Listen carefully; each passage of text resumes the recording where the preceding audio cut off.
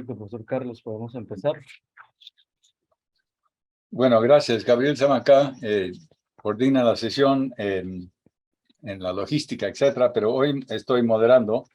Hoy el Seminario de Historia Intelectual de América Latina tiene el gusto especial de presentar un evento también especial, que es un libro coordinado por Liliana Weinberg, Historia Comparada de las Américas, titulada Redes Intelectuales y Redes Textuales por Formas y Prácticas de la Sociabilidad Letrada. Fue publicada en 2021 por el Centro de Investigaciones de América Latina y Caribe de la UNAM y por el Instituto Panamericano de Geografía e Historia. Es un volumen con 27 colaboraciones y un cierre con Noé G. que estábamos comentando hace un momento, sobre las revistas, que él hizo un comentario al final. Entonces, la orden del día es el siguiente. El comentario general del proyecto y la obra lo presenta Liliana Weinberg. Hay intervenciones de los lectores comentaristas, de Aimer Granados y de Roxana Patiño. Y luego participación libre del público y coautores del libro. Y luego un cierre y comentario general de la doctora Alejandra Pita, que está aquí también. Le voy a presentar a Liliana para que nos hable un poco del libro. Es ensayista, crítica literaria, investigadora y editora en el campo de la literatura en su relación con la cultura. La tradición literaria, las ideas estéticas y la historia intelectual son otros campos suyos. Se ha especializado en la teoría y crítica del ensayo en general y se ha orientado en particular al estudio del ensayo hispanoamericano de los siglos XIX y XX. Y como nos ha explicado, este volumen es el siguiente. Uno sobre el XIX, este se centra más en el XX. Es autora de libros dedicados al ensayo y muchas otras obras. Es investigadora nacional emérita por el Sistema Nacional de Investigadores de México. Es miembro de número de la Academia Mexicana de la Lengua y es académica correspondiente en México de la Real Academia Española. Bueno, no tenemos tiempo de mencionar todos los libros de Liliana, y de hecho ahora ella va a tener la oportunidad de explicarnos cuál es la naturaleza de este proyecto colectivo. Cuando termine de esbozar Liliana lo que le parece más sobresaliente o que quiere destacar, pasaré la palabra a los colegas Aimer Granados y Roxana Patiño.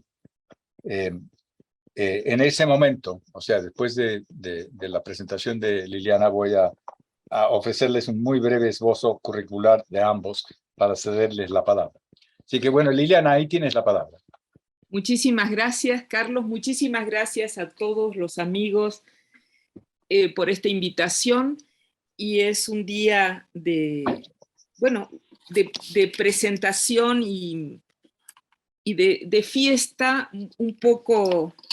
Me hubiera gustado que fuera una fiesta completa, pero por los problemas de salud que está atravesando Noé G. no podrá ser así. Le mandamos desde aquí un gran abrazo a Noé y a su familia. El propósito del proyecto y del volumen que aquí presentamos ha sido poner en relación fuerte redes intelectuales y redes textuales, como dos sistemas vivos y activos en permanente retroalimentación y tensión, y que contribuyen mutuamente al tejido, ampliación, enlace, con convergencias, con divergencias también, ramificación, rearticulación de las distintas dinámicas del campo intelectual.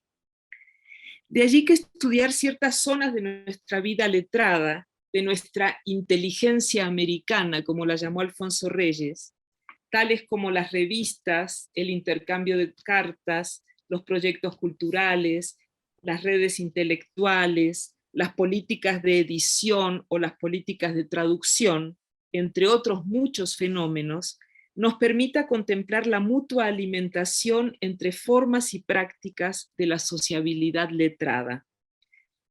Fue una buena oportunidad en medio de la pandemia esta posibilidad de poner en diálogo los trabajos de autores provenientes de distintas partes de América y España a quienes invitamos a escribir sobre alguno de estos temas amplios, centrándonos en el siglo XX, para integrar en un nuevo volumen que hoy queremos someter a una especie de suma y sigue de los trabajos, hacer un volumen que representara también un suma y sigue, un balance de los trabajos y de los hallazgos que en las últimas décadas se han venido realizando desde la historia de las revistas, la historia intelectual, los estudios sobre redes, etc.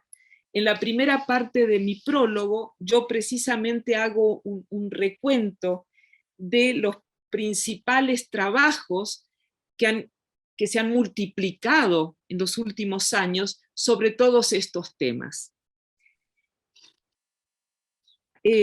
Los antecedentes del presente volumen pueden remontarse hasta dos proyectos anteriores que se tradujeron a su vez en sendos volúmenes colectivos que tuve la fortuna de coordinar: Estrategias del pensar y El ensayo en diálogo, donde tratamos con otros colegas de establecer vínculos entre el ensayo y la historia intelectual, en el primero de ellos, así como explorar las cuestiones de edición, materialidades y sociabilidades ligadas al ensayo en el segundo. Es decir, yo ya venía explorando todos estos temas, y otro tanto sucedió con un libro que forma parte de esta misma colección anterior a este título, que es Siglo XIX, Tiempo de Letras, donde también se trató de abordar el siglo XIX en Hispanoamérica desde una perspectiva que tocaba cuestiones de edición, redes, proyectos, etc. Otra situación que cabe celebrar es la aparición en paralelo de un libro de Horacio Tarcus que ha merecido ya, estuve revisando, innumerables reseñas. Me refiero a las revistas culturales latinoamericanas Giro Material, Tramas Intelectuales y Redes Revisteriles, también del año 2021, y omito contarles la angustia que me agarró por conseguir ese libro. Mientras yo estaba armando el mío, estaba buscando denodadamente un ejemplar del libro de Tarcus. Y en efecto, celebro mucho las coincidencias, porque Tarcus contempla las revistas no solo como soportes, sino como objeto de análisis histórico. No solo como repositorios, sino como artefactos culturales. Y ve, según John Piedrahita, la relación de los intelectuales que participan en las revistas con la vida pública, así como el campo revisteril como un campo de fuerzas donde se inscriben, compiten y entran en conflicto las revistas. De modo que encuentro y celebro muchas confluencias entre las preocupaciones que surgen en nuestro libro con las que plantea Tarcus y que muestran un cierto salto cualitativo en estos campos de estudio emergentes.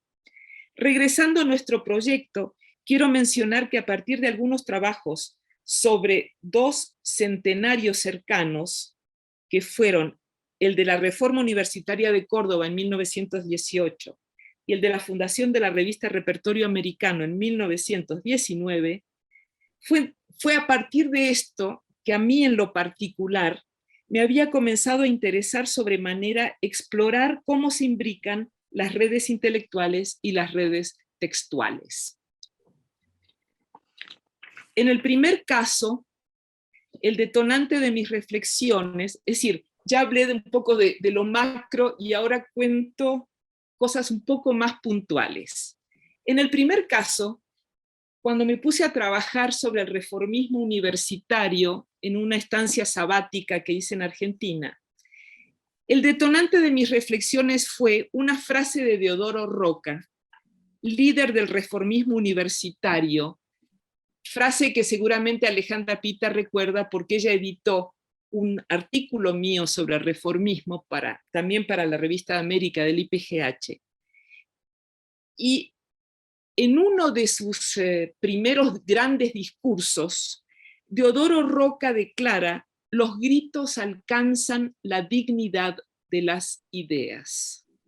Los gritos alcanzan la dignidad de las ideas. Me pareció una interesantísima forma de aludir por parte de este sector letrado estudiantil a la relación entre prácticas y discursos. Los gritos se convierten, se dignifican como ideas.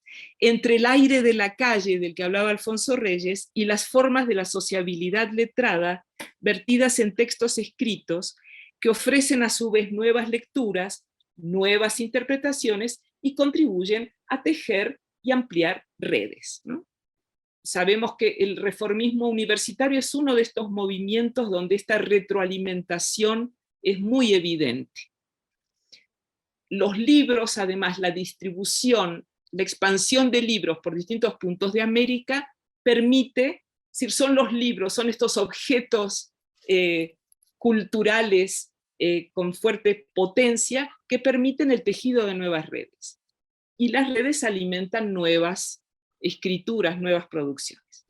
Por ello, si se me permite un nuevo juego de palabras, se trató de ver a los actores como autores y a los autores como actores. Otro tanto me sucedió al descubrir cómo Repertorio Americano, la gran revista fundada en Costa Rica por Joaquín García Monge en el año 1919, es resultado de la convergencia de redes letradas previas que despertaron el interés de don Joaquín García Monge por fundar una revista. Es decir, había elementos previos, había contactos previos, redes arielistas, redes reformistas previas, redes antiimperialistas previas, que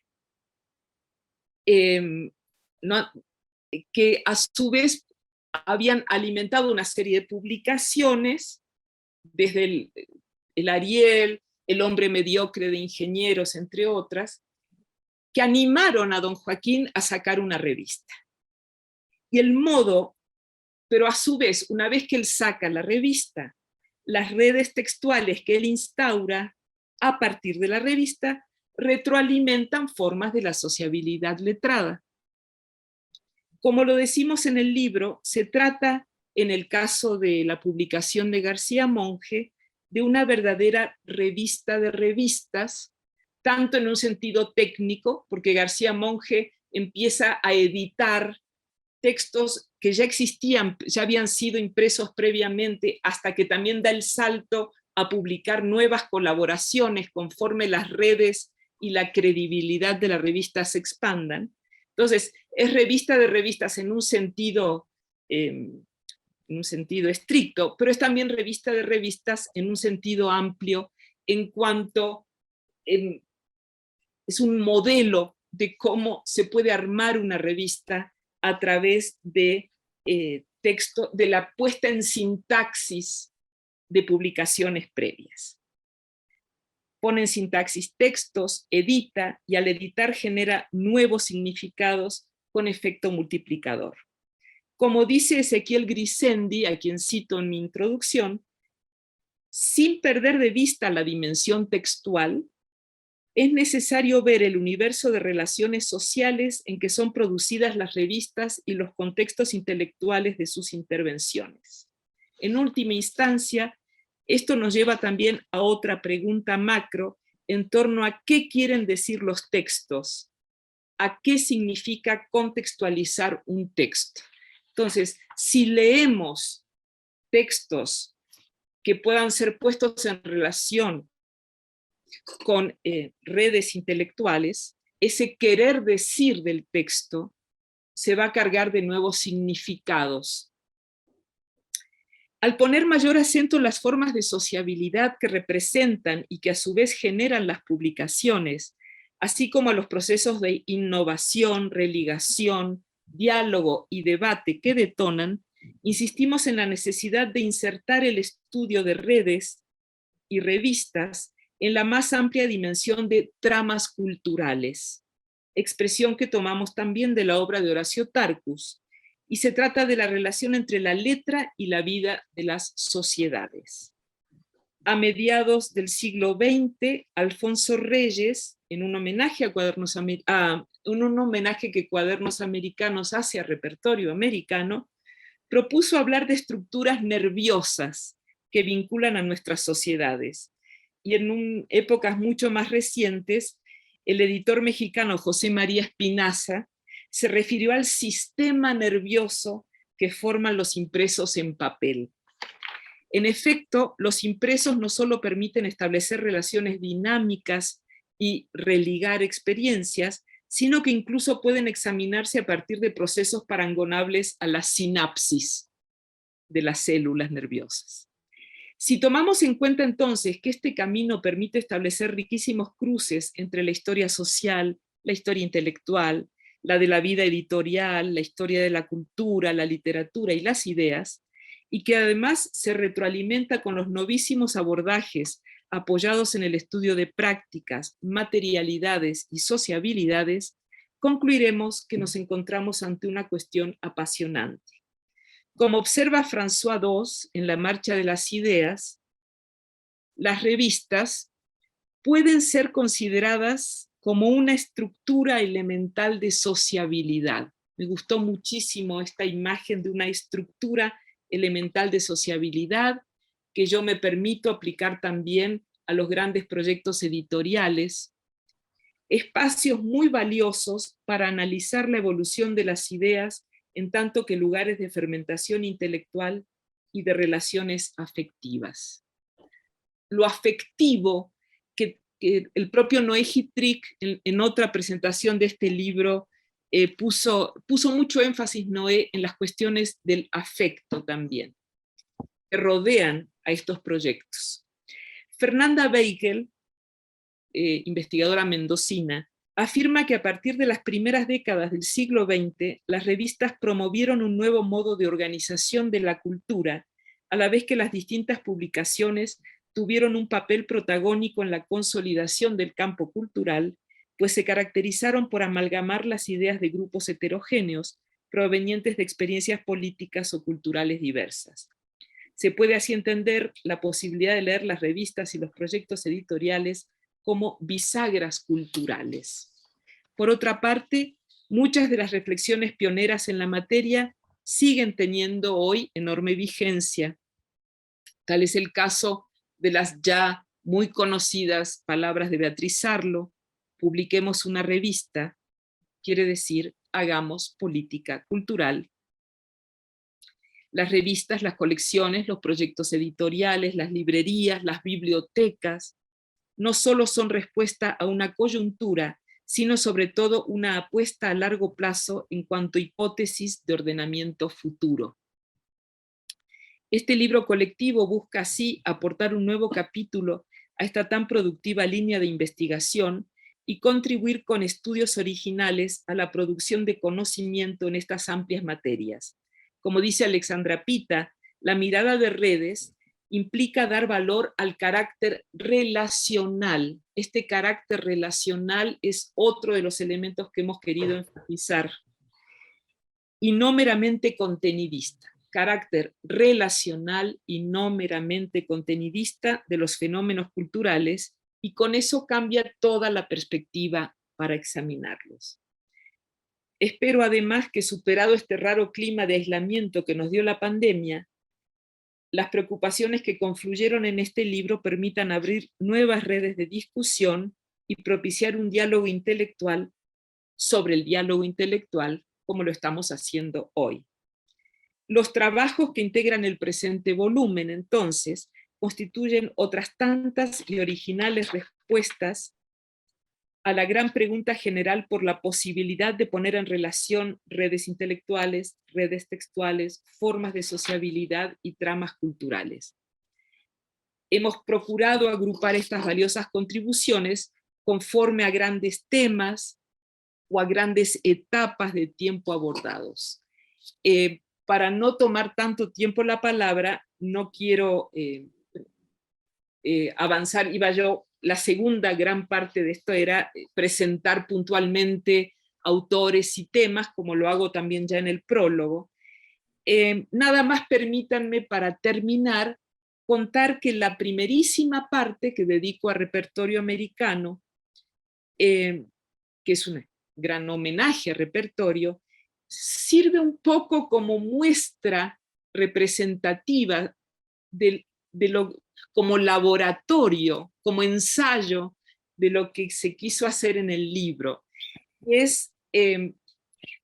Por eso la sección se abre con un texto de Graciela Salto sobre colecciones de obras selectas y relaciones editoriales en los inicios del siglo XX, y ella estudia los vínculos y afinidades culturales entre jóvenes editores que a su vez promovieron la formación y circulación de colecciones y repertorios de lecturas entre distintas regiones del continente americano. Esta mirada de Graciela fue la base que yo quería que abriera estas redes previas forjadas por editores jóvenes como Samuel Glusberg, la gente de cultura en México, etcétera, cómo van sembrando un terreno favorable para que después emerja la revista Repertorio Americano y las colecciones previas de Repertorio Americano, que eran colecciones de obras selectas o de pasajes selectos de distintas obras. Y a partir de allí, viendo un poco cuál era el piso por el que iba a transitar un emprendimiento como Repertorio Americano, los colegas que participaron en esta sección y yo misma estuvimos viendo epistolarios, sistemas de circulación de la revista, como forma, sintaxis de la revista, como formas para promover y tejer redes intelectuales y textuales, ¿no? Bueno, sirva esta muestra para abrir a la discusión, y agradezco a los colegas que van a completar esto que dije un poco de manera muy, muy sintética. Muchísimas gracias. Muchas gracias, Liliana. Dicho sea de paso, el libro de Tarcus se presentó en el Seminario de Historia Intelectual de América Latina, ¿no? Hace unos meses. Y efectivamente es muy útil, no solo el libro y la propuesta como complemento de sino por la labor que han hecho Tarcus y el CEDINSI en digitalizar las revistas, ¿no? La cantidad de revistas que han digitalizado. Yo creo que es el proyecto más importante en América Latina de digitalización de revistas. Sí, efectivamente, sí. Y nos sirve a todos porque está abierto. Bueno, noblesse oblige, Aimer, y voy a pasarle la palabra primero a Roxana Patiño, si no te parece mal. Por supuesto. Roxana Patiño va a comentar, ella es doctora en literatura latinoamericana por la Universidad de Maryland, en Estados Unidos. Es profesora titular de la literatura latinoamericana en la Universidad Nacional de Córdoba, Argentina. Ha dirigido equipos de investigación, ha sido profesora visitante en diversas universidades de Estados Unidos, Europa y América Latina. Sus investigaciones y publicaciones se han orientado al estudio de las revistas culturales, literarias del siglo XX y a los debates de la crítica literaria latinoamericana de los últimos 30 años. Su libro más reciente es Ficciones Críticas. Roxana. Bueno, es un gusto compartir este encuentro con todos ustedes desde la Universidad Nacional de Córdoba, en Argentina. De hecho, no estaría aquí si no fuera por la proverbial generosidad de Liliana Weinberg, la tejedora incansable de tantas redes, no solamente formales, sino también las que se traman entre los afectos y las pasiones compartidas. Así que mi primer agradecimiento es hacia ella y a su iniciativa de poner este proyecto en marcha en una época tan dura. Y por supuesto agradezco al doctor Carlos Morichal y al Seminario de Historia Intelectual que nos alberga, así que un saludo a todos los colegas y agradecida. Me toca a mí hablar, si se me escucha bien, quisiera corroborar eso. Sí.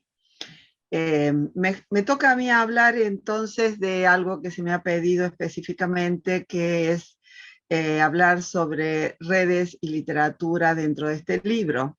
Así que, como ustedes ya saben, es un libro muy extenso que tiene 27 artículos y trataré de esbozar algunas líneas presentes en el libro sin intención totalizadora, por supuesto, y sin pretensión de abarcar a todos ellos, pero en todo caso con algunos trazos gruesos intentar representarlos. Un primer eje común que cruza este libro es claramente el de destacar con investigaciones concretas y específicas el poder que para la configuración de la cultura americana han tenido aquellas textualidades y prácticas paralelas o en la intersección con la cultura libresca. Las redes intelectuales no solo vinculan obras y escritores o pensadores, sino un conjunto inconmensurable de textos, los principales de ellos las revistas, pero también el discurso epistolar, el periodístico, las conferencias, así como las prácticas del vínculo y la sociabilidad intelectual, como los viajes, los encuentros, los debates, las asociaciones e instituciones, las empresas culturales y los proyectos editoriales. La recordada crítica argentina Susana Zanetti hablaba de las instancias de relegación que ella había estudiado en los intelectuales del modernismo, pero que no cesó desde entonces y a lo largo del siglo XX. Por supuesto, existe un valioso camino recorrido en estas indagaciones sobre lo que más contemporáneamente se conoce como el estudio de redes intelectuales y redes textuales, y de las que Liliana da cuenta en el prólogo, así como cada uno de los artículos en sus temas específicos. Sin ese trayecto sostenido de estudio que desde las últimas décadas han tenido, por ejemplo, las revistas literarias latinoamericanas, así como también los proyectos culturales y editoriales señeros, no podríamos haber llegado a estas nuevas reflexiones. Liliana constata en esos avances un valor no menor en los más recientes estudios. Esto es, el desplazamiento de los estudios atomizados de pequeños núcleos intelectuales vinculados radialmente con algunos otros, lo que sería una forma restrictiva de pensar los vínculos intelectuales, que concebía un campo muy restringido desde el que irradiaba el cambio cultural, hacia una indagación mucho más ampliada y enclavada en el proceso histórico y social en el que estas prácticas y discursos tenían lugar. Estudiando ese circuito, el efecto multiplicador de sus intervenciones opera como un eco que impacta en un imaginario mucho mayor del que se vislumbraban en los enfoques anteriores. Y por supuesto, este efecto no es menor para su consideración. Desde el libro a un texto en una revista o periódico, y de allí, por ejemplo, a un debate público, hay un camino de amplificación social y cultural. Allí está la red. Se sabe, no son los mismos los ensayos de Mariátegui, por ejemplo, en el contexto de la diversidad ideológica de Amauta, o en la doctrinaria labor, o en algún acalorado encuentro, que esos mismos textos insertados en los 7 ensayos de interpretación de la realidad peruana. No son lo mismo los artículos y cuentos de Borges dispersados en un friso que va desde la culta sur a las plebeyas páginas del Hogar, o en la revista multicolor de los sábados del suplemento cultural del populoso diario Crítica que Borges dirigió, que su archivación restrictiva en las obras completas. Aquí hay circuitos de lectura y de recepción diferenciados, relieves que entrecruzan cultura letrada y cultura popular, géneros literarios y discursos periodísticos en expansión hacia nuevas capas populares. Y así los ejemplos podrían multiplicarse hasta alcanzar una sustantiva cantidad de obras mayores de la cultura libresca americana que no podrían desligarse de este entramado mayor en el que están insertas. Es una línea troncal que está presente en el libro y que se ofrece en un friso de nuestras investigaciones recientes. Un segundo eje o línea troncal que permite corroborar este libro gira alrededor de la convicción de que no es posible pensar estos objetos desde una sola perspectiva disciplinaria, ya sea la crítica literaria, la historia cultural, la historia de las ideas, etc. Los críticos literarios hemos aprendido, por ejemplo, que una revista de nuestro campo, por más específica que fuera, no podría acotarse más a los estudios críticos e historiográficos de la literatura. Por el contrario, la lectura más rica provendría del cruce variado, según el caso, con la historia social y cultural, la historia intelectual y de las ideas, la sociología de la cultura, el pensamiento político, la historia de la cultura impresa y del periodismo, etc. Así como la literatura no puede decir todo de sí misma, mucho menos puede hacerlo de ese otro espacio de textualidades más heterogéneas. Aún más, el campo de los estudios literarios incorporó hace mucho, al menos desde Bakhtin en adelante, su concepto de que esas dimensiones son intrínsecas y no externas a su objeto. Si pensáramos en los espacios y circuitos en los que los objetos que estudiamos en este libro fueron concebidos, no podríamos encontrar un lugar en los que la literatura no se cruzara con materiales estéticos ideológicos provenientes de zonas problemáticas cuya clave literaria es solo una de las lecturas, si bien en muchos casos la principal. Comentaba recién Liliana sobre el fuerte carácter relacional de las redes, lo destaca ella citando a su vez a Alejandra Pita, hace entonces que todos estos cruces sean posibles en objetos de estudios antes restringidos a sus especificidades y de algún modo desconectados entre sí. Los artículos se encolumnan en esta clave de lectura. Parafraseando a Graciela Salto, diría que estudian circuitos y prácticas de relaciones editoriales, literarias, periodísticas, epistolares, que no se pensaban a sí mismos como redes, pero que claramente funcionaban como tales. Me gustaría ejemplificar esta línea, tal vez superponiéndome un poquito con lo que dijo Liliana, trataré de saltar lo ya dicho, pero me parece importante retornar ese primer bloque del libro, porque es casi la clave de lectura del resto, dedicado a la revista Repertorio Americano, en ese homenaje a los 100 años de su publicación en 2019, que es propicio para reflexionar sobre la envergadura de esto que ella llama revistas de revistas, ¿no? Pero también para pensarla precisamente como un caso emblemático del modo en que es posible leer en ella o a través de ella o paralelamente a ella, no solo los contenidos de la magnífica producción que fue, sino también las formas de generación de constantes interacciones y retroalimentaciones entre revistas, colecciones de cuadernos y folletos, epistolarios, en el ambiente adverso del precario mercado editorial de las primeras décadas del siglo. Graciela Salto coloca a Joaquín García Monjes, el gran hacedor del repertorio americano, precisamente en esa compleja trama, junto a otros jóvenes americanos con el mismo propósito de editar series de colecciones de cuadernos y obras selectas a lo largo de varias décadas. Y dice, eran una red, mucho antes de que la palabra formara parte de su léxico. A veces nuestras conceptualizaciones teóricas llegan bastante más atrás de lo que los pioneros la crearon. Demuestra ella en una amplificación del relieve cartográfico que la revista y las colecciones de García Monge, que fueron la colección Ariel, el Convivio desde el 19 del repertorio americano, deben ser leídas en el contexto de una nutrida red aún no explorada suficientemente por lo amplia, y deben ser leídas en el contexto que las vincula a un conjunto mucho mayor de textos paralelos a la cultura libresca, pertenecientes a otros discursos, a otros circuitos de edición, en este caso en México, en Argentina y en Chile, surgidos precisamente para dar cabidas a las demandas de un nuevo público en busca de un repertorio de lecturas que les permitiera su inserción cultural. Una red que claramente se amplía y complejiza si se tiene en cuenta el aporte del descomunal acervo epistolar de García Monge, estimado en varias de centenas de cartas, con importantes escritores e intelectuales con los que se relacionó a lo largo de tanto tiempo. Mario Oliva Medina se ocupa de colocar el discurso epistolar como una textualidad imprescindible y fuente de datos fundamentales para el estudio de las redes y de las revistas culturales.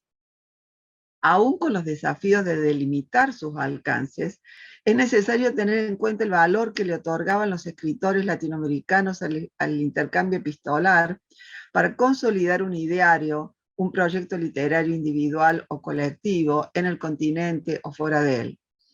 Hago aquí un paréntesis para señalar que más adelante en el libro, Adriana Lamoso nos demostrará la importancia del epistolario del trayecto final de Martínez Estrada para pensar su periodo cubano, y Diego Zuluaga Quintero, a su turno, registrará a través del epistolario entre Rafael Gutiérrez Girardot y Ángel Rama insumos claves para pensar las aristas del latinoamericanismo literario y cultural en pleno auge de sus postulados en los años 70. Pero volviendo a Liva Medina, su estudio sobre el epistolario de García Monge nos demuestra que no pueden pensarse nunca por fuera del repertorio americano, precisamente porque este enorme conjunto epistolar estaba al servicio de la revista, alimentaba la siempre urgente caldera de colaboraciones de una exigente revista quincenal y la colocaba en el circuito de difusión cultural dentro del vasto mundo de habla hispana de la primera parte del siglo XX. Y al mismo tiempo, y curiosamente, que muestra la punta del iceberg de esa escasamente explorada red, reconoce que se trata de la labor de un solo hombre, citando en este caso al escritor Antonio Celaya, que lo refleja así a García Monge. Una labor descomunal, hecha en soledad y en precariedad material, que solo se volvía colectiva en el montaje de esa red americanista que se sustentó a lo largo de 50 años. Maribel Soto Ramírez, por su parte, describe a García Monge en esa función de gran coordinador, le llama ella, diríamos, articulador, regulador, de ese hogar intelectual del que él hablaba, del pensamiento y las letras americanas, y colocaba la revista en la línea de la tradición inaugurada por Andrés Bello con el repertorio americano, de donde extrae no solamente el nombre, y que Liliana Weinberg estudia en profundidad en el artículo siguiente, aportando reflexiones fundamentales para pensar esta revista como una condensadora de lo que Debes Valdés ha conceptualizado como redes intelectuales y redes textuales. Para ella, esta trama de 50 años de ambas redes es crucial para construir una, la cito, política editorial como una forma de política cultural. Un propósito que está en el ideario de muchos de los admirados interlocutores, en Alfonso Reyes, en Gabriela Mistral, en Enrique Sureña, en Vasconcelos, en Mariatti, entre los principales. Y continuando el razonamiento de Liliana, diría también una política educativa, en la que García Monge empeñó todo su esfuerzo en un país que, recordemos, no poseía universidad. Un tercer eje o línea troncal para el estudio de las redes es la literatura. Lo encontramos en otro bloque del libro destinado al complejo sistema de traductores y recepciones en la trayectoria de obras literarias brasileñas en la configuración del constructo literatura latinoamericana. El estudio pormenorizado y minuciosamente documentado de Pablo Roca sobre los periplos de las traducciones de Machado de Asís al español demuestra la necesidad de apelar al estudio de otros circuitos, la historia política y social, la historia del libro y de la cultura impresa, las relaciones entre escritores y traductores y de estos con el poder político y el mercado editorial. Mientras que el trabajo de Sandra Guardini Vasconcelos sobre la recepción de Guimarães Rosas en el campo literario hispanoamericano apunta a las operaciones de la crítica y de la inserción de los escritores en los esquemas que ella propone.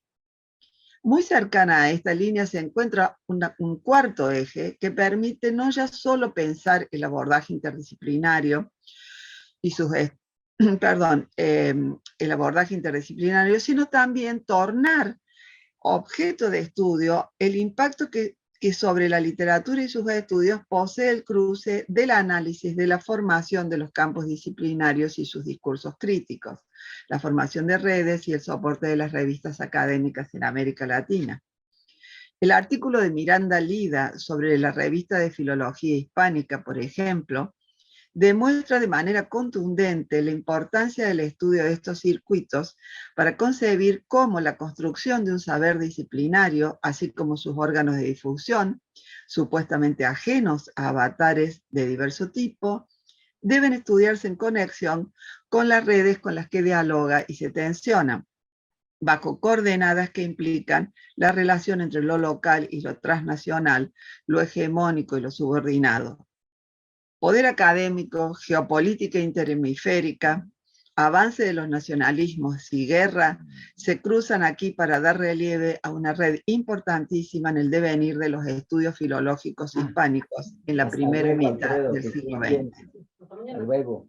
Mi estudio sobre la relación de redes y revistas académicas y el surgimiento de una nueva crítica literaria latinoamericana de fuerte marca transnacional en los años 60 va en ese sentido, y de una manera coincidente, Evangelina Soltero Sánchez estudia la madrileña revista Anales de Literatura Hispanoamericana como una red académica en la periferia. El devenir de otros circuitos teóricos como el estructuralismo, el postestructuralismo y la línea lacaniana en vínculo con lo literario es analizada agudamente por Juan José Mendoza en un estudio que se diferencia sustancialmente de los ya realizados, porque al poner de relieve revistas claves de los años 60 y 70 en Francia como Tel Quel y en Argentina como Literal y Los Libros, lo hace atendiendo a las redes de circuitos culturales y políticos, institucionales y no formales en las que ellas están insertas, permitiendo entender de qué modo esas formas de apropiación y relaciones más imaginarias que reales nunca podrían haber sido directas. Mendoza demuestra que las relaciones teóricas entre Francia y la Argentina no habían sido nunca bilaterales, sino solo marcadas por la asimilación profana, dice él, la disgregación del campo literario y cultural, la diáspora de sus interlocutores locales y la descompensación de los relojes. Fin de la cita. En lo que Roberto Schwartz ha llamado las ideas fuera de lugar y que Mendoza parafrasea en el título de su artículo. Una quinta línea o eje troncal para finalizar que quisiera resaltar para pensar las redes y la literatura se vincula con los estudios de una forma de sociabilidad letrada muy frecuente. Me refiero a los encuentros, congresos, coloquios, conversatorios y otros tipos de intercambios colectivos y muchas veces orales, en lo que los escritores e intelectuales interactúan sobre cuestiones culturales y literarias candentes, marcando la agenda de debates de un periodo preciso. El trabajo analítico de Alejandra Pita González en torno al conversatorio de cooperación intelectual organizado por el Instituto de Cooperación Intelectual con sede en París, dependiente de la Sociedad de las Naciones, que reunió en Buenos Aires a escritores de Europa y América en 1936, demuestra que es posible leer productivamente en estos circuitos los núcleos problemáticos y la tensión de las discusiones, sus lógicas de argumentación en momentos de cambios sustanciales en la relación entre literatura, cultura y política en un periodo de entreguerras.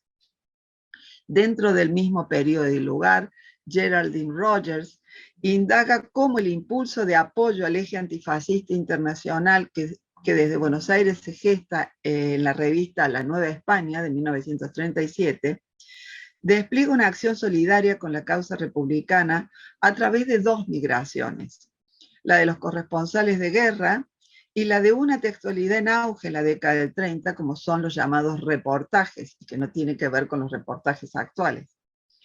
Rogers estudia cómo la red tejida por los corresponsales es expresada también radialmente a través de un género híbrido, hecho con trozos de biografías, entrevistas, relatos de viajes, informes, ficción y anécdotas, así como jirones de actualidad, que combina, según ella, recursos documentales y procedimientos ficcionales. Una práctica textual que informará tanto al nuevo periodismo como a la literatura, ya que muchos libros adoptaron la fluidez y movilidad a la que los lectores se adhirieron con pasión a través de la prensa gráfica. De modo semejante, Mariana Moraes Medina estudia la continuidad de estas redes de solidaridad cultural en la posguerra para el caso uruguayo y con respecto a Francia, a través de fuentes documentales del escritor uruguayo Giselda Sani, como artífices del Comité de Solidaridad con los escritores franceses y como agentes de cooperación internacional de la posguerra. El libro, por supuesto, tan extenso, no se ha acabado y podría seguir nombrando algunas líneas más, pero el tiempo me dice que se ha acabado, así que dejo esto para continuar eventualmente y si es necesario en la conversación posterior. Muchas gracias.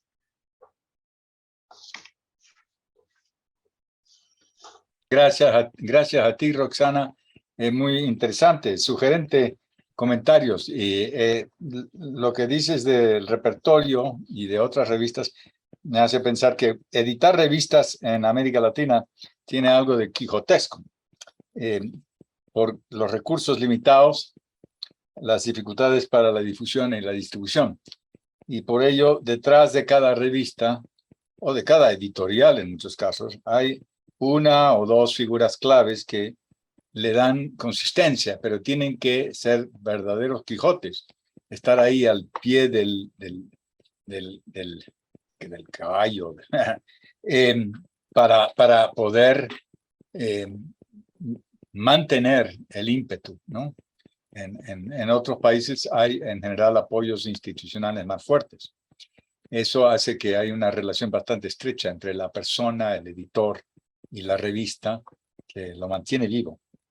Bueno, vamos a pasarle la palabra ahora a Eimer Granados, que es doctor en Historia por el Colegio de México. Ha impartido cursos de pregrado y posgrado en varias universidades de México y Colombia.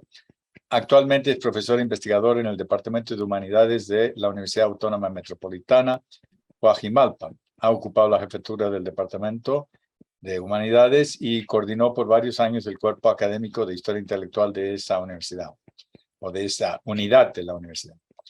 Sus temas de estudio son diversos, centrados en historia intelectual. Recientemente incluye una compilación muy interesante sobre la historia de las editoriales latinoamericanas, que es un complemento a este tema de las revistas.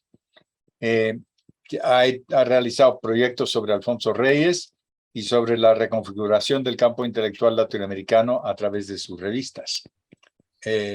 Eimer, te paso la palabra a ti ahora.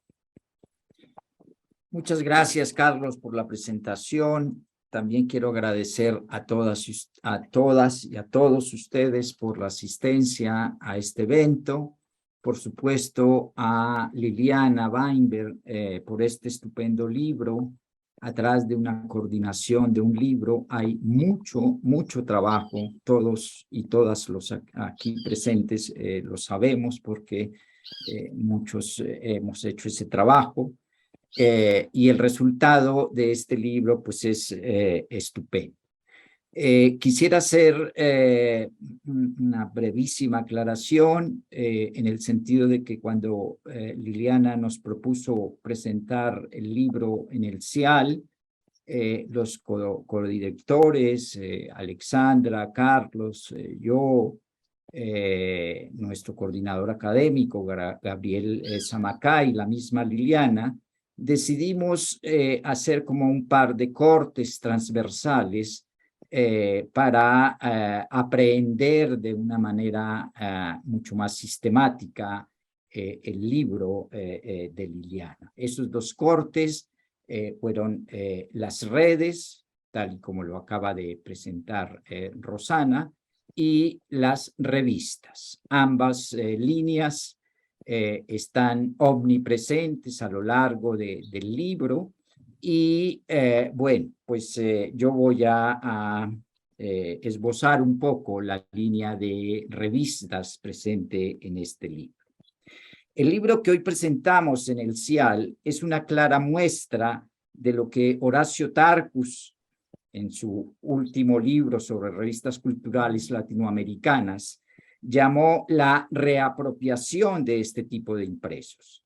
Reapropiación en el sentido de que durante muchas décadas en el siglo XX, tal vez hasta los 1980, las revistas solamente fueron consideradas como repositorios de fuentes primarias. Sin embargo, en el último tercio del siglo pasado, nuevas condiciones y posibilidades de investigación, acompañadas de diferentes giros metodológicos en las ciencias sociales y las humanidades, permitieron que las revistas cobraran centralidad como objeto de estudio en sí mismas.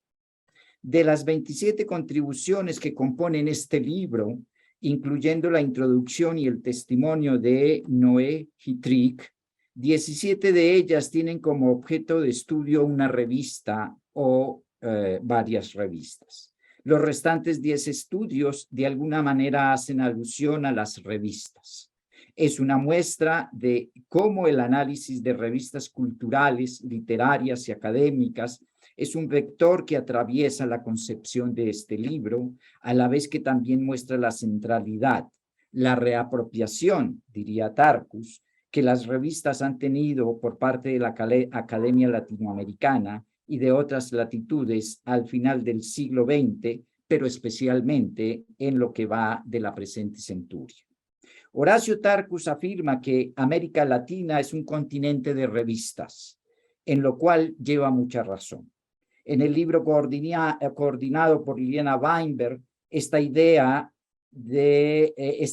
se ratifica no solo porque el número de estudios que sobre revistas aparecen en él es amplio, como porque cubre un arco temporal que se extiende prácticamente a todo el siglo XX y en el caso del texto de Evangelina Soltero Sánchez en torno a la revista Anales de Literatura Hispanoamericana, incluso se llega hasta el año 2020 y se hacen exploraciones en torno a esta revista que de formato impreso en 2018 pasó a un formato digital.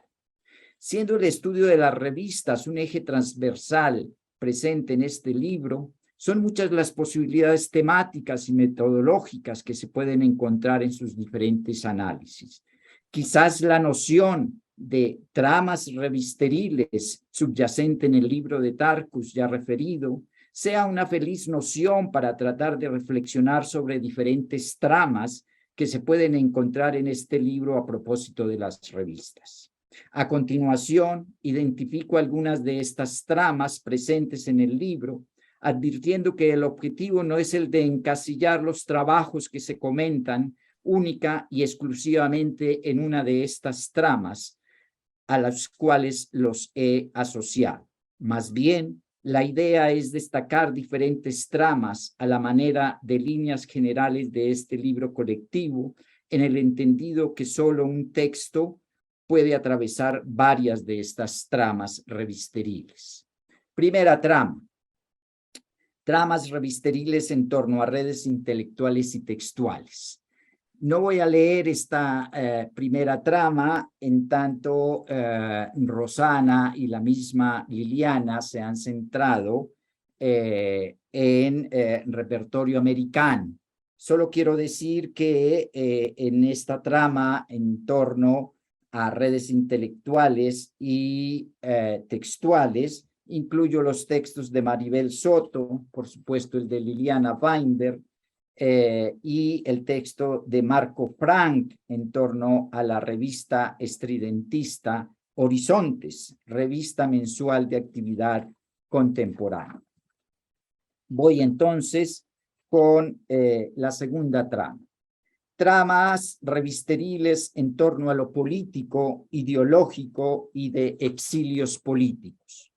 Lo político ideológico en el campo revisteril latinoamericano es una trama de carácter casi omnipresente a casi todas nuestras revistas, bien jalonando y empujando proyectos políticos, bien estableciendo redes intelectuales de carácter político y redes textuales igualmente con contenido político, bien cohesionando exilios políticos. En el caso del texto de Natalia Bustelo, titulado Mujeres y Feminismos en las revistas argentinas de la Reforma Universitaria, al menos hay dos líneas de análisis que incorporan lo político.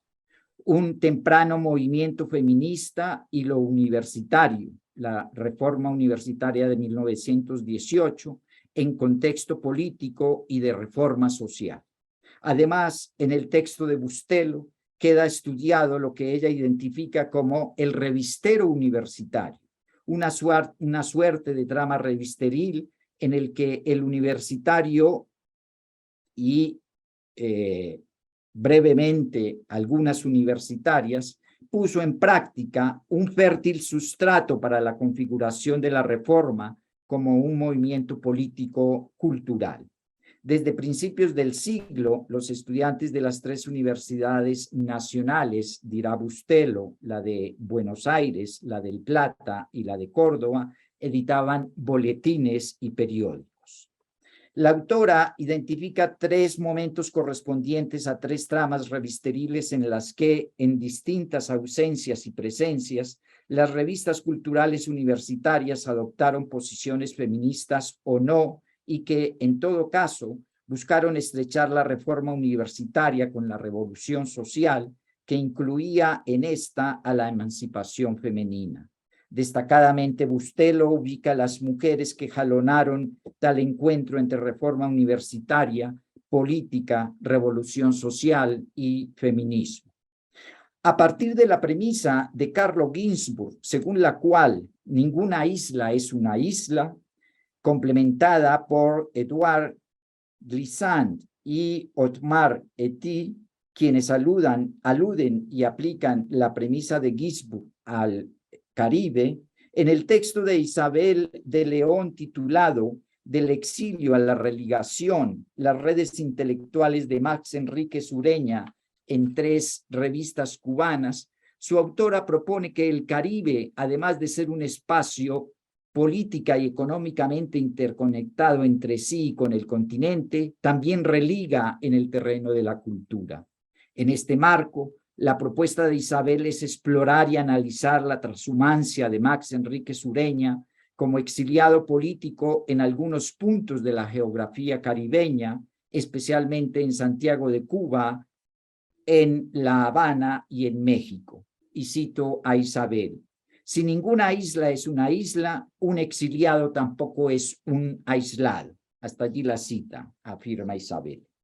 Y efectivamente, pareciera ser que en muchos casos la condición de exiliado potencia la necesidad de conectarse con el lugar dejado atrás y con otros más. En el transcurso de sus exilios, los intelectuales potencian la religación, se encuentran con sus pares de otras latitudes, tejen amistades, diálogos, redes, establecen proyectos de toda índole, incluyendo los políticos. Así, a partir del exilio y la trayectoria de Max Enríquez Ureña en Cuba, la autora monta su análisis sobre 3 variables: exilio, errancia y redes intelectuales. Especialmente Isabel se centra en la labor que Max Enríquez Ureña emprendió en relación con la fundación de revistas literarias: Cuba Literaria, Cuba Contemporánea y Archipiélago. Para Isabel, en el caso de su personaje, estas 3 publicaciones funcionaron como verdaderos asideros intelectuales, medios privilegiados de una intervención pública, gracias a los cuales pudo asirse al campo de las letras cubanas, tejer redes con los escritores más sobresalientes de la isla y el continente, y participar de un proceso de profesionalización en diálogo y en relación con aquellos escritores con los que supo establecer un vínculo. Aunque el texto de Jorge A. Najim, México en la Guerra Fría Cultural, redes intelectuales y textuales en la revista Examen, 1958-1962, editada en México por la Asociación Mexicana por la Libertad de la Cultura, filial del Congreso por la Libertad de la Cultura, organización patrocinada por el gobierno de los Estados Unidos, articula problemas en torno a redes intelectuales e intertextuales. También introduce un trasfondo político exiliar que justamente permitió establecer estas redes. En el decir de Najim, la Asociación Mexicana para la Libre Cultura y Examen y la revista Examen integraron a intelectuales, políticos y artistas mexicanos y extranjeros a redes culturales, ideológicas y editoriales a nivel nacional, regional y mundial en la década de los 50 y principios de los 60. En esta red de redes, lo político ideológico estuvo muy presente, ya que integró a grupos de destacados intelectuales y políticos exiliados en México, vinculados a las redes americanas y mundiales del Congreso por la Libertad de la Cultura. Entre estos destacados intelectuales y políticos se encontraron a los latinoamericanos, especialmente venezolanos y peruanos. También incluyó a miembros del exilio español en México.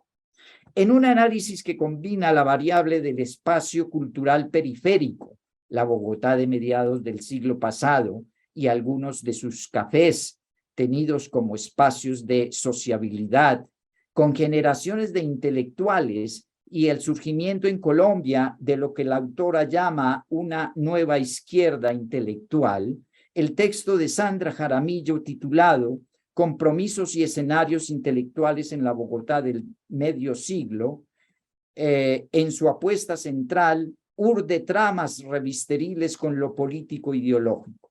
De acuerdo con Jaramillo, su estudio debe enmarcarse en un esfuerzo por empezar a construir un mapa de las revistas político-intelectuales del periodo, especialmente aquellas asociadas a la nueva izquierda intelectual, que, según ha argumentado Sandra en otros espacios,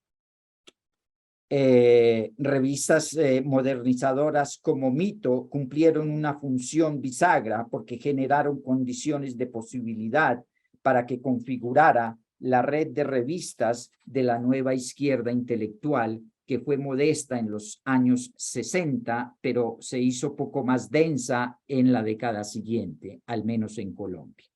Tercera trama, el latinoamericanismo en las tramas revisteriles.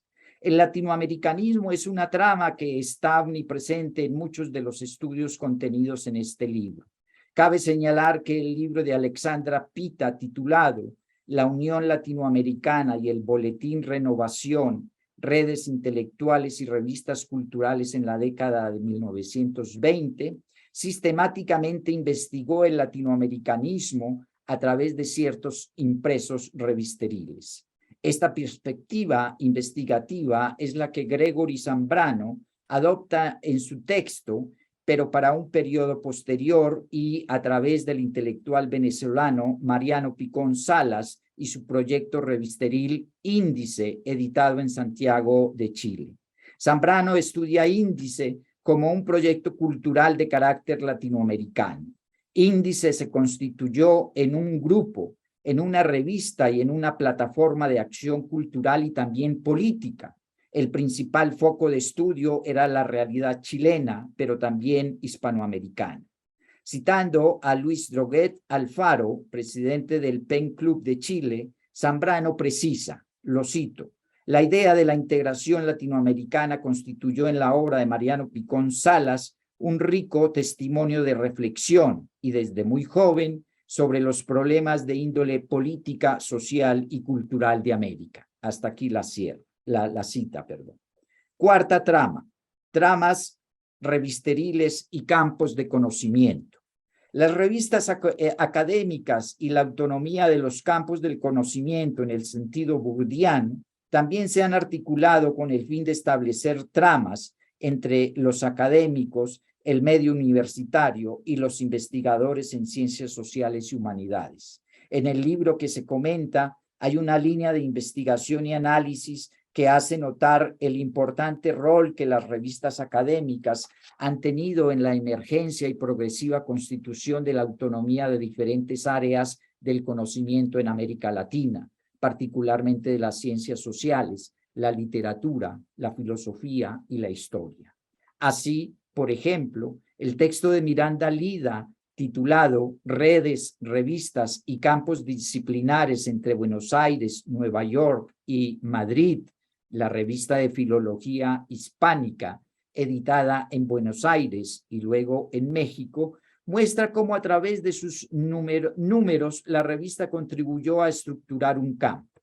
En el decir de Lida, se trata de un caso que permite cruzar la construcción de campos disciplinares y revistas especializadas en América Latina con la reconstrucción de las redes intelectuales con las que dialoga. Un caso parecido al estudiado por Lida en cuanto a la trama revisteril, autonomía de los campos, es el estudiado por Irán Francisco Vázquez Hernández, cuyo título de su trabajo es Las afinidades electivas, Octavio Paz y la generación de orígenes. En este trabajo se introducen las nociones de práctica de sociabilidad y redes literarias para explicar cómo Octavio Paz estableció una fructífera relación en torno a la poesía con los integrantes de la generación de Orígenes, José Lezama Lima y Cintio Vitier, cubanos, como sabemos, especialmente. La renovación de la poesía hispanoamericana fue el detonante para establecer la red literaria, una renovación que buscaba alcanzar la universalidad literaria a través de la expresión de lo propio. En el texto titulado Las teorías fuera de lugar, colectivos transatlánticos de la teoría y la literatura de los años 60 y 70 de Juan José Mendoza, está presente de manera central la trama que articula revistas con campos del conocimiento. Dos aspectos resaltan el análisis que se introduce en este estudio. En primer lugar, la relación que el autor pone entre el desarrollo de las ciencias sociales en ambas orillas del Atlántico, particularmente en Francia y la Argentina. Un desarrollo de las ciencias sociales que pone especial énfasis en la propagación del paradigma estructural a partir de los años 1960 y del psicoanálisis en la Argentina.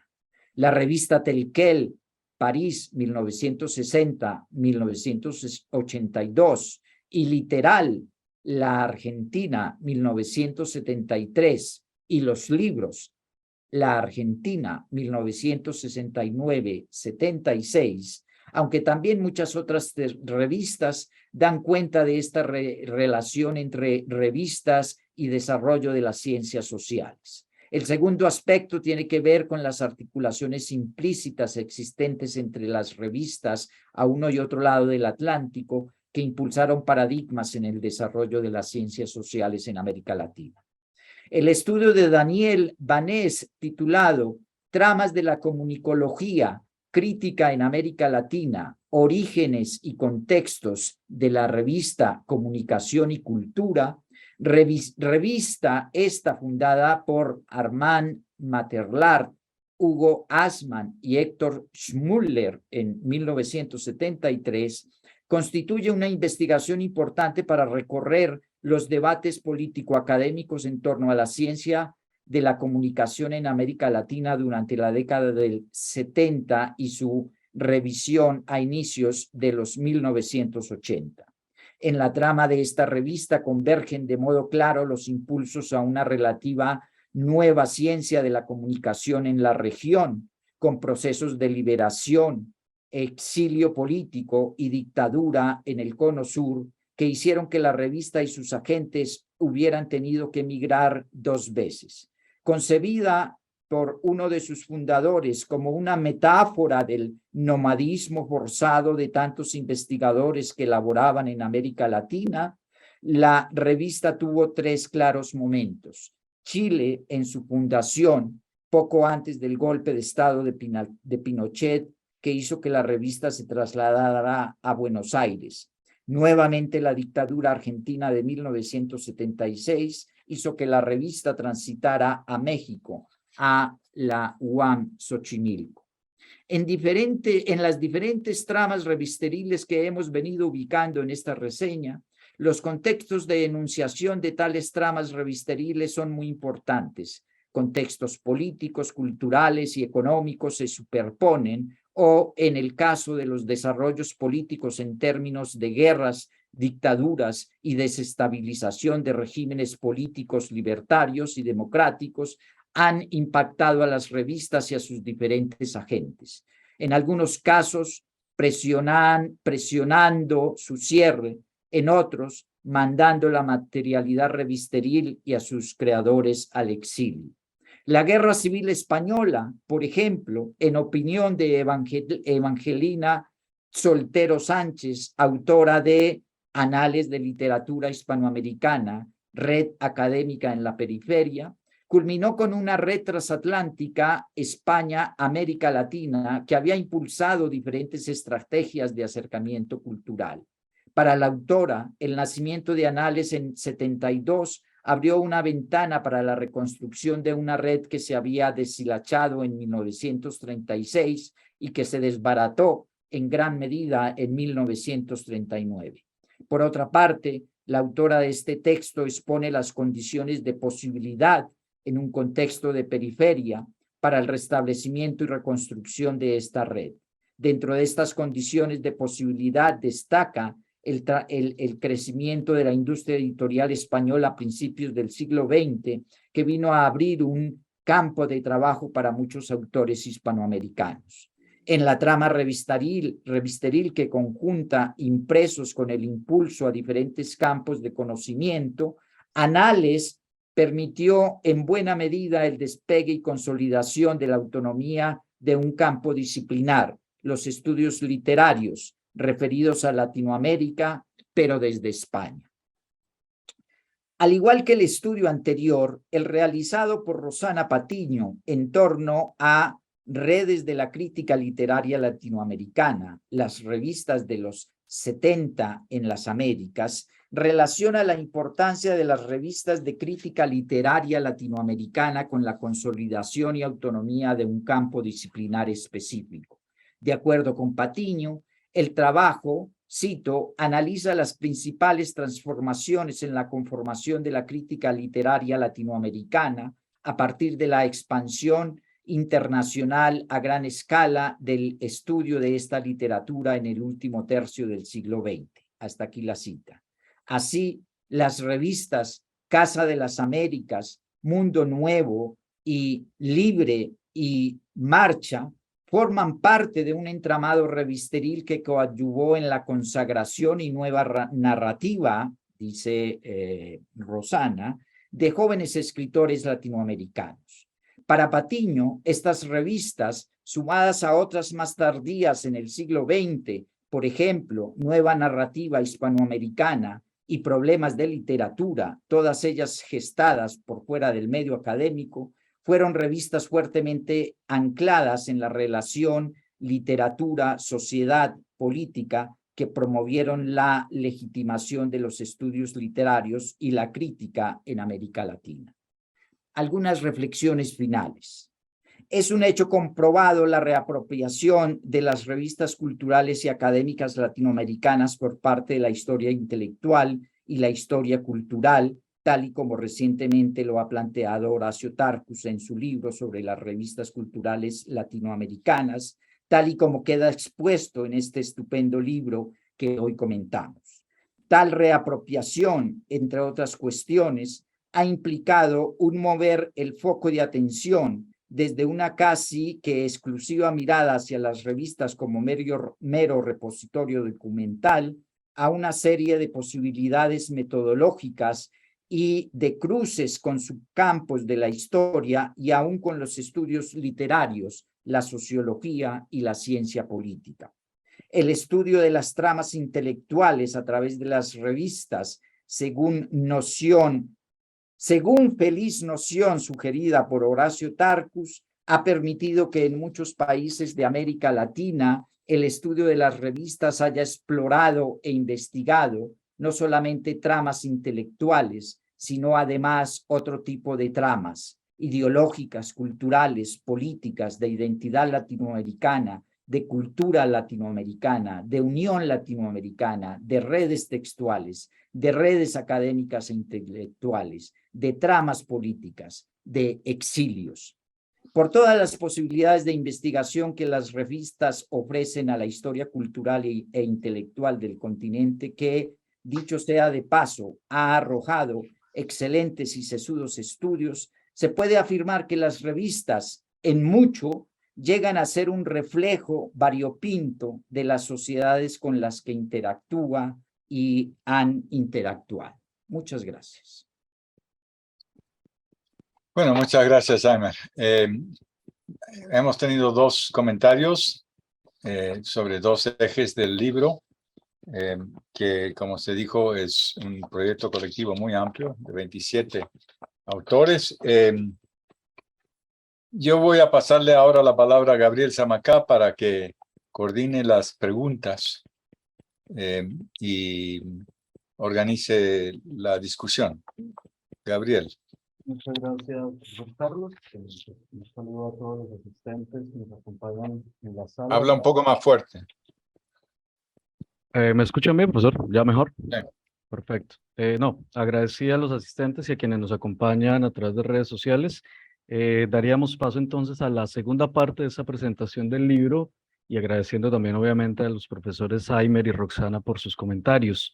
Tendríamos chance por cuestiones de tiempo, por lo menos de una primera ronda de parte del público asistente, quien quiera comentar algún aspecto sobre la obra, sobre un capítulo en particular. Creo que sería muy satisfactorio. Y luego daríamos paso al cierre de la sesión a cargo de la profesora Alexandra Pita. Entonces, tiene la palabra. A través del chat se puede organizar esta primera ronda o levantando la mano. Profesor Juan Mayhuashka, lo escuchamos atentamente. Muchas gracias. Agradezco pues las dos exámenes del libro que me parecieron extremadamente interesantes. He aprendido mucho. Solamente tendría dos preguntas. En el primer lugar, pues, tengo la impresión que estas redes intelectuales y textuales se crean, se difunden en con una sociabilidad, pues, tranquila, sin conflictos, y para mí eso es un pequeño problema, porque precisamente las revistas desde el ámbito para debates.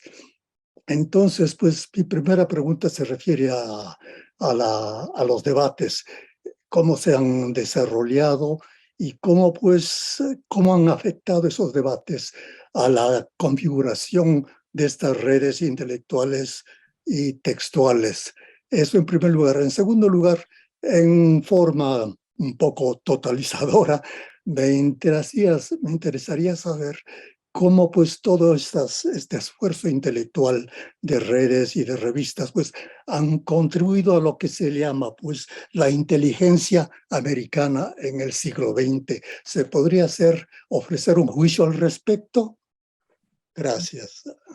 Muchas gracias, profesor Juan. Bueno, creo que además de la coordinadora del libro, la profesora Liliana, dentro del público contamos con algunos de los colaboradores y colaboradoras. Podríamos, antes que reunir más preguntas, propiciar pues el diálogo. Entonces, profesora Liliana, tiene usted la palabra.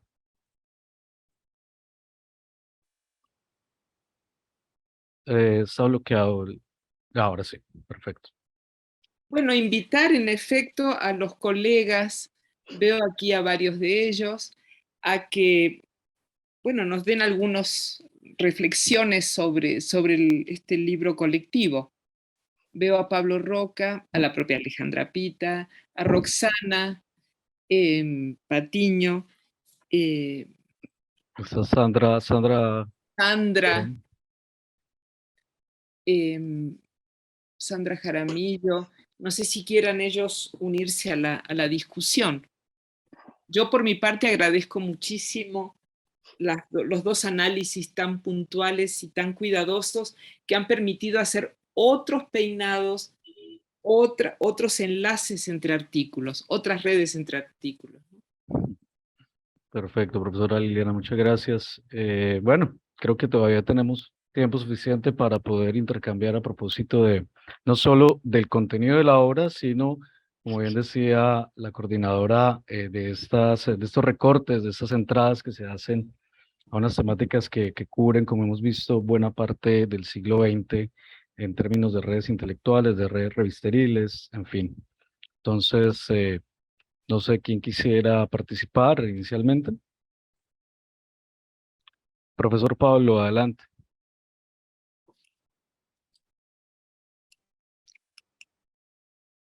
Bueno, buenas noches, por lo menos por este lado donde yo estoy, es ya la noche. Quería agradecerles las intervenciones y solo quería hacer un comentario muy breve a propósito de la importante pregunta o colocación, como se dice en portugués, que hizo el profesor Mayhuashka. En efecto, no hay no hay revista sin debate, no hay revista sin conflicto, o en todo caso, cuando estas las hay, que en general lo son, como sabemos, en el ámbito oficial, los conflictos se administran de un modo un poco más de bajas tensiones, digamos, ¿no? En una instancia anterior de la presentación de este libro, recordábamos una opinión de Borges, como siempre, muy aguda, y se podría decir en términos rioplatenses muy peliaguda también, acerca de que cuando una revista supone un grupo que en todo caso tiene algo claro, y es el odio a algo, ¿no? Así que estas redes, los nombres recurridos, Enrique Sureña, Mariátegui, Picón Salas, etc., muestran en todo caso una forma más bien del amor, pero esa forma del amor también podría ser traducida en formas del odio, ¿no? Y así que creo que es una zona para investigar. Simplemente es eso lo que quería decir, y agradecer una vez más a la profesora Weinberg lo que nos ha facilitado para el trabajo de todos nosotros. Muchas gracias, profesor Pablo. Profesora Alexandra, tiene la palabra. Sí, ¿me escuchan? Perfecto. Ah, bueno. Bueno, no es que vaya a cerrar ya, pero la provocación que hicieron me invita a contestar y tal vez así tirar un poco de la soga y que otros colegas se animen a participar. Creo que este tema que pone el dedo en la llaga sobre la falta de alusión al conflicto que nos habla el colega peruano es muy importante. Es muy importante porque las palabras que se han referido, los comentaristas, Liliana, y un poco la tendencia que de una u otra manera tendemos todos en el libro, es a enfatizar las tramas y la urdimbre que tiene que ver con la solidaridad, con el crear lazos, no con deshacer lazos. Y sin embargo no hay lazos, no hay redes que no provoquen a su vez divisiones. Es decir, una red puede ser muy solidaria hacia su interior y sin embargo marcar unas fronteras muy claras hacia el exterior. Es decir, puede poner en los márgenes el conflicto, ¿no? Como una estrategia. Pero creo que de todas maneras debemos de tenerlo en claro, porque si no pareciera como la historia de un mundo feliz. Y ni siquiera sabemos muy bien que el libro tampoco hablaba de un mundo realmente feliz. Entonces, creo que todos los que participamos, posiblemente al interior de cada capítulo, sí tengamos esta conciencia sobre las tensiones y los conflictos entre los participantes, incluso de una misma red. Pero posiblemente Liliana ahora, ante esta provocación, pueda decirnos un poco más como ejercicio colectivo qué opina al respecto. En lo particular, el capítulo que a mí me tocó, que me invitó Liliana a producir, por ejemplo, el conflicto estaba dado per se, es decir, las colegas que antes habían estudiado la conferencia en 1936 ya habían hecho énfasis en el conflicto, en que era un periodo, obviamente, un contexto sumamente candente, y que además la presencia de dos grupos distintos de europeos, los pro y los contra, ¿sí? Nazistas, hacían de este congreso un congreso muy especial. Sin embargo, yo un poco me abstraje de ese gran conflicto para dedicarme a ver realmente los conflictos a través de la semántica, y por eso lo que analicé eran las redes semánticas. Es decir, cómo estas palabras nos hacían ver tal o cual tensión entre grupos, más allá de las grandes tensiones, sino otro tipo de tensiones, inclusive tensiones al interior del grupo de los latinoamericanos, que en una primera instancia parecerían como un gran bloque, y los grupos de América Latina nunca en realidad se presentan en los organismos internacionales ni en las conferencias internacionales como un gran bloque homogéneo. o se presentan, pero en realidad no lo son. Y entonces hay que detectar los giros, los guiños, para entender estas tensiones que realmente son muy importantes.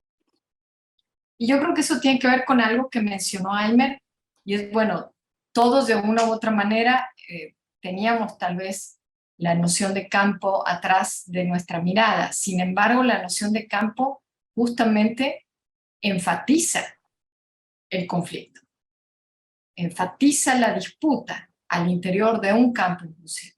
Entonces, aquí yo creo que la reflexión que quiero sugerir a raíz de estas dos intervenciones anteriores es cómo cada uno en sus capítulos encontraron este tipo de conflicto. En mi caso es el que ya les mencioné.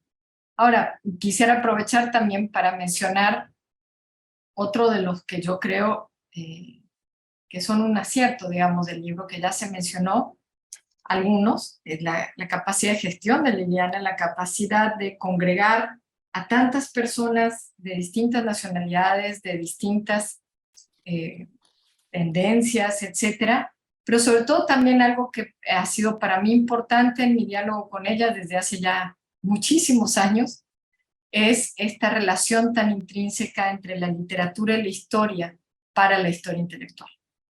Creo que eso es, para mí en lo personal, un gran acierto de mí. Bueno, les doy la palabra, más que nada era para tentarlos un poco más al diálogo antes de cerrar. Perfecto, profesora Alexandra, muchas gracias. Veo acá Carlos, quisiera intervenir. Adelante, por favor.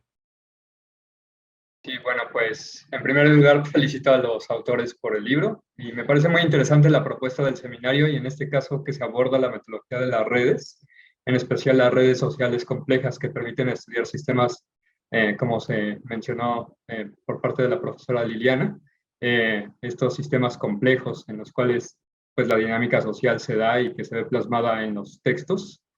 Yo me pregunto en algún momento si ustedes conocen algún modelo matemático de ciencias complejas aplicables a la parte de difusión de ideas o categorías, porque, bueno, creo que hace un poco falta voltear la mirada al pionero trabajo de Roberto Busa, quien en su trabajo del Index Domesticus sedimentó una metodología básica para la era de la información en la que el tiempo histórico se ha acelerado y las redes se hacen aún más complejas y móviles.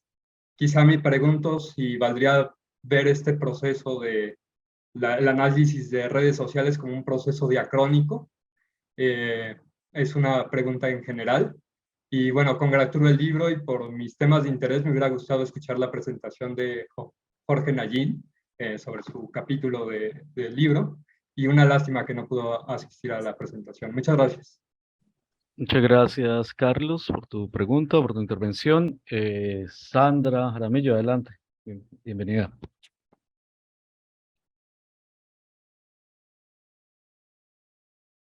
Hola, buenas noches. Un saludo también de mi parte para todos y me uno a los agradecimientos y a las felicitaciones por este vastísimo trabajo que llevó a cabo Liliana.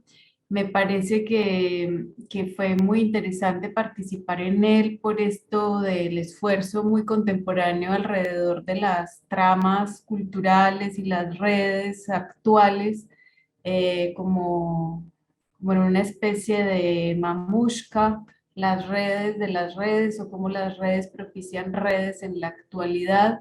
Y me parece también que ver, digamos, un estudio puntual más concentrado en un caso nacional inserto en este texto que tiene que abarca, digamos, no solamente la región latinoamericana en un sentido tan amplio, sino también un periodo diacrónico tan ambicioso, realmente es como una posibilidad para que el objeto abordado crezca, entre en diálogo y yo creo que se enriquezca a través de estas discusiones.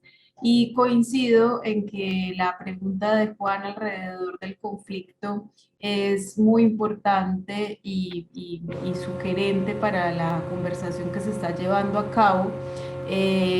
También me parece que Liliana en su propia introducción da algunas pistas de este tema en el ordenamiento también que sugiere a lo largo del texto, tratando de ubicar, digamos, un mayor nivel de conflictividad, por decirlo en esos términos, a partir de la segunda mitad del siglo XX. Y más bien en la primera mitad del siglo XX parece haber algo por el estilo de las revistas y sus vínculos, digamos, con una cierta perspectiva humanista, que, digamos, por ejemplo, el texto de la Reforma muestra que ahí también hay recepciones alrededor de la Revolución Rusa que parecieran plantear justamente las contradicciones y las políticas, digamos, emancipatorias con respecto a una visión precedente.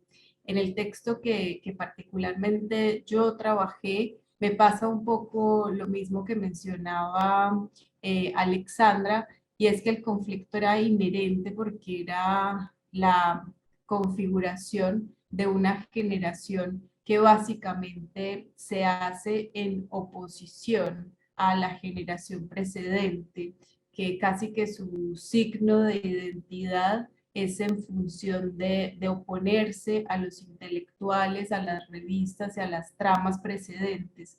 Un poco, digamos, el texto justamente pensaba esto que se mencionaba en algún momento, de cómo justamente la generación precedente generaba condiciones de posibilidad para la que venía. De cierta manera ir un poco a contravía o a contrapelo de la voz de los propios actores que se plantean en esa oposición, y más bien mostrar cómo desde una mirada retrospectiva hay flujos mayores a los que los propios actores, en este caso de los años 60 colombianos, planteaban en su propia discursividad. Eso como para aportar un poco a la conversación, y reitero los agradecimientos por el espacio y por todo este esfuerzo. Muchas gracias, Sandra, por tu intervención y por ampliar, digamos, un poquito más parte de esa confección de la obra. Tendríamos, digamos, como varios temas sobre la mesa, la cuestión metodológica que proponía Carlos y toda la discusión en torno a al lugar del conflicto que el profesor Mayhuashka señalaba. Yo quisiera agregar, o digamos, como sumar a la discusión un asunto relacionado con el proceso de producción de la obra. Al principio, antes de la transmisión, se comentaba, bueno, que el proyecto nace y se desarrolla y se concreta en el marco de la pandemia, y obviamente la magnitud del trabajo, los 27 autores, digamos, las dinámicas propias de construir finalmente una red a propósito de esta obra y del volumen dedicado al siglo XIX, pues por lo menos en mi caso generan la inquietud acerca de los retos, las dificultades que seguramente surgieron, pero también las formas como creativamente se pudieron resolver para entregarnos un trabajo como el que estamos comentando el día de hoy. No sé si la profesora Liliana quisiera ampliar un poco más acerca de lo que se ha comentado, los otros coautores o, desde luego, nuestros comentaristas invitados. Sí, en efecto, fue una producción casi heroica porque implicó, primero, yo misma tratar de buscar redes, de recuperar redes, de remontar redes.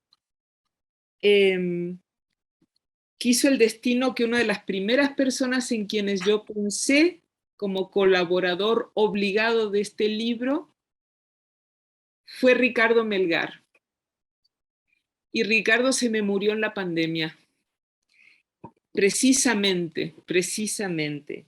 Porque, bueno, fue Ricardo con todos sus trabajos sobre Amauta, uno de los que yo tenía como inspiradores del propio trabajo que yo quería llevar a cabo, ¿no? Y una idea de Melgar que siempre me acompañó, que tiene que ver con cómo Mariátegui pensó la red de distribución de Amauta como una red de expansión de una política y como forma de ir formando nuevas células, ¿no?, partidarias. Entonces me hubiera gustado mucho que Ricardo hubiera escrito eso en este libro. Fuera de esto fue ir recuperando redes, las redes con las que trabajé sobre reformismo, y allí es que hablé con Natalia Bustelo, también con Martín Vergel, quien finalmente no pudo unirse al grupo, las redes con las que trabajamos repertorio americano en Costa Rica, y recuperar mis redes con los grandes conocedores y estudiosos de las revistas. Aquí varios de ellos presentes: Roxana Patiño, Pablo Roca. Yo tenía la secreta esperanza de que hablara de marcha. Finalmente Pablo me propuso otro texto que me entusiasmó muchísimo, porque es un recorrido sobre todas las etapas de traducción de la obra de Machado de Asís, que es fundamental, utilísimo para nuestros estudios. Mis contactos, a veces, a Sandra, por ejemplo, la conocí a través de un Zoom que se había hecho sobre revistas. ¿Te acuerdas, Sandra? En fin. Sí, claro. ¿Te acuerdas? A Miranda Lida la conocí por otras vías. Yo había hecho la reseña de un libro previo de Miranda, nos sentamos a tomar un café, y ella me planteó la posibilidad de trabajar una de estas revistas académicas, como bien recordaba Aymer, ¿no?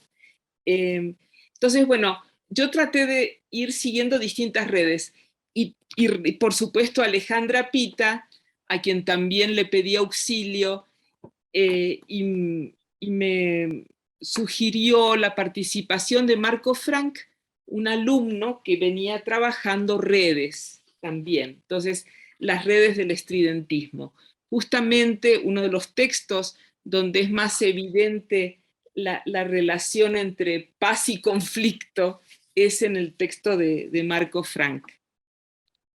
Entonces, bueno, poco a poco se fueron recuperando redes, y por supuesto otros queridísimos colegas con los que yo ya había trabajado el tema de redes, en particular Celina Manzoni, con quien habíamos participado en un encuentro sobre revistas en Alemania. Yo recordaba que el trabajo pionero de Celina sobre revista de Avance, en fin, fue un trabajo complicadísimo volver a tejer, a recuperar redes previas para poder armar este proyecto.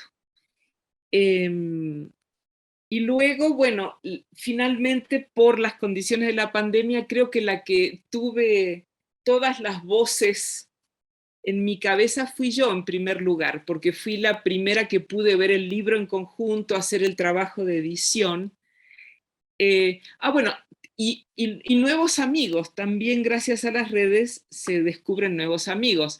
Pablo Roca me sugirió la participación de Evangelina Soltero, que ahora se ha convertido en una muy querida amiga también, y a partir del trabajo de Evangelina, esta idea preciosa de ella, cuando ella habla de periferia, no habla de América en la periferia de España, sino de España en la periferia de América, es decir, cómo se ve la literatura americana, todo lo que significó el modernismo, y posteriormente, bueno, la guerra civil, etc. Y luego,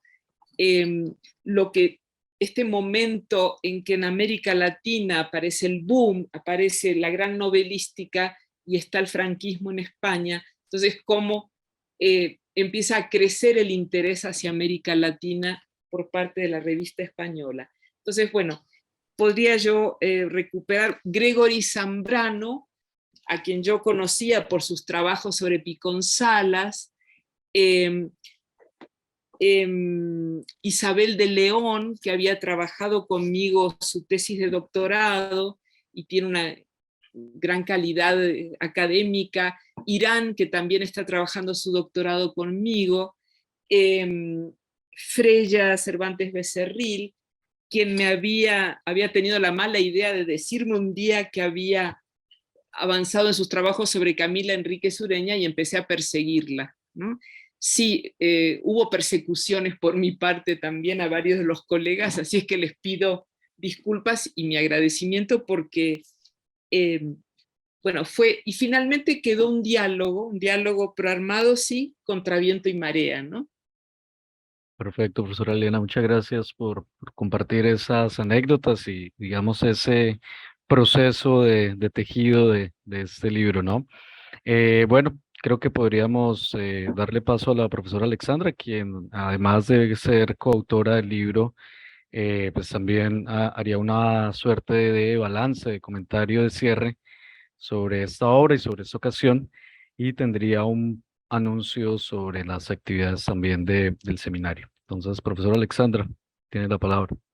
Sí, el cierre creo que yo ya lo cumplí en la intervención anterior, así que no me voy a demorar más sobre eso, porque además, digamos, siempre tengo algo para decir sobre el tema de redes, pero podría abrirse a nuevas discusiones y creo que eso será proyecto de algún otro libro que hagamos seguramente juntas en algún momento de la vida, pero ahorita hay que simplemente felicitarnos por la labor realizada, descansar un poco, tomar un poco de respiro antes de la siguiente propuesta.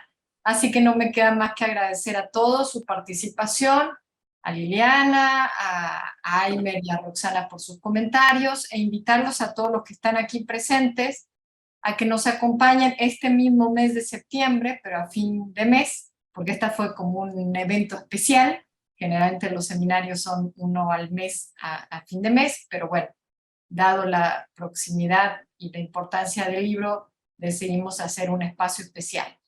El 29 de este mes, el 26, perdón, lunes 26 a las 17 horas, México, vamos a tener la presentación de el doctor Federico Brugaleta de la Universidad Nacional de La Plata, con un texto que se llama Julio Barreiro, trayectoria intelectual del editor protestante de Paulo Freire.